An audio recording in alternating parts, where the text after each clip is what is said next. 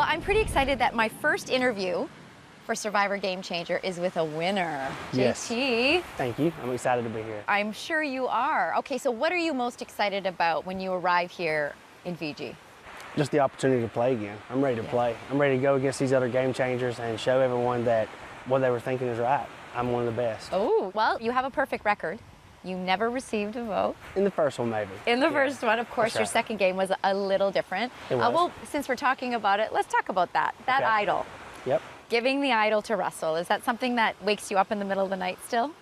No, not really. That move was a game-changing move. It was a move that could have went either way. Of course. Had it went my way, I would have been the winner of 2 seasons. Yeah. It didn't go my way. Fair enough. Right. The only regret I have about that is that the very challenge that we had before I went home was hanging on to a pole. The last one hanging on wins. I didn't give it 110%. Oh, you didn't? If I was wearing an immunity necklace that night, no matter what idols were played, no matter what, I wouldn't have went home.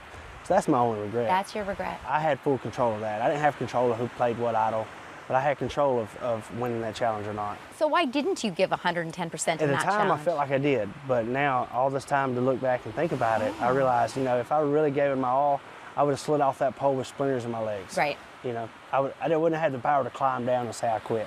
Right. So, these are the that'll kind never of, happen again. That's not going to happen. That'll So never happen 110% every single day now. 120% So every single time. when you take this time off Survivor and you have this time to reflect, Mm-hmm. you know what you did wrong. What did you do right that you're going to repeat again this time? I've done a lot of things right. The biggest thing is that I made a move. I was willing to make a big move. You have to make big moves to win this game. You have to. And, whether I go home 10th or 18th or whatever, doesn't matter. If I don't win, I don't win. That's what I'm here to do, is Right. to win.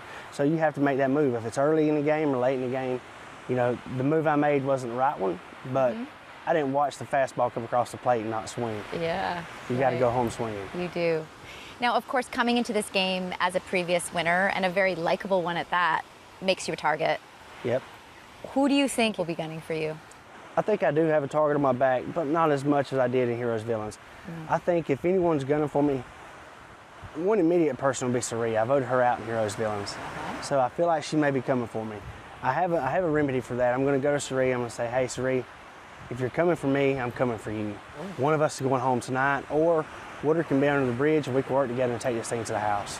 Okay. So I feel like that's a no-brainer. I feel Right. she'd be crazy to say, yeah, come after me, because nobody wants me coming after them, or I don't want anybody coming after me. Right.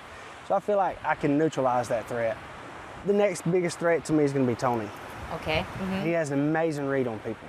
Like, he has a true cop read. I mean, a mile away, Tony knows when you're bullshitting. Yeah. So I can't have him around calling me out of my bullshit. I got to Yes. get Tony out of here as soon as possible. Okay. And he's a dominant, big, dominant guy. forceful player. Aggressive. Is there anybody else who maybe may surprise you in the game? Have you been watching pretty religiously since I have. playing? I keep up with it. Yes, I do.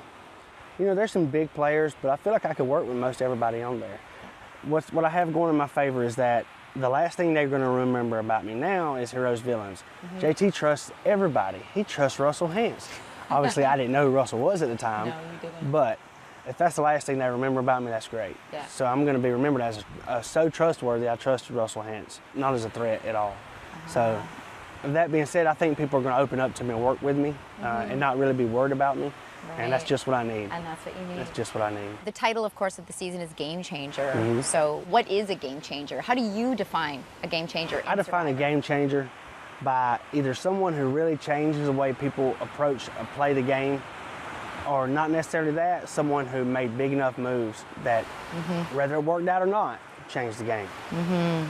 So if you're not a big move maker, a big game changer, you can't hardly win, especially in this season. But also, I feel like in Brazil, I changed the way people play the challenges. Yeah. I mean, I brought 120%, and they know that. And that really, really made people start realizing, hey, I better try a little harder in these challenges. Yeah. So I feel like there's a couple ways you can look at a game changer. I feel like I'm going to change the game of game changers. Whoa, that's a Yeah. lot of game changing. Yeah, that's a JT. lot of game changing. Well, talking about change, how did life change after winning $1 million and becoming the sole survivor? I think life changed for me a little bit, but I'm still clinging on to some of the money now. I still have the same job. I bought the farm I managed, so it's a little bit different, but for the most part, I still do the same thing I've always done. I really changed my life, the way I live my life, like 0%. I still do what I do. I still love what I do. I still enjoy it, and I still help my family. I still work hard 7 days a week. So No wonder you won this game. You're one of the good ones. I think so.